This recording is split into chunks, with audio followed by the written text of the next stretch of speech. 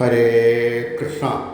അഹങ്കരിക്കാതിരിക്കണം എങ്കിൽ താഴാൻ മനസ്സുണ്ടായിരിക്കണമെന്നും അഹങ്കരിക്കാൻ വലിയ പ്രയാസം ഒന്നും ഇല്ല, എന്നാൽ അഹങ്കരിക്കാതിരിക്കുവാൻ നല്ല പ്രയാസം തന്നെ.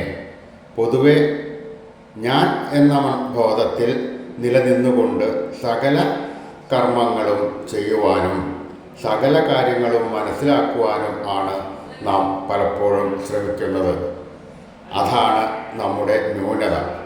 ഈ ന്യൂനതയെ നാം തിരിച്ചറിയാതെ വരുമ്പോഴാണ് നാം ആത്മീയ ജീവിതത്തിൽ പരാജിതനാകുന്നത്. അഹമില്ലാതായി ജീവിക്കുന്നത് പരാജയമായി തോന്നുന്നുവെന്ന് ഒരിക്കലും വിജയിക്കുവാനും സാധിക്കുന്നില്ല എന്നറിയുക.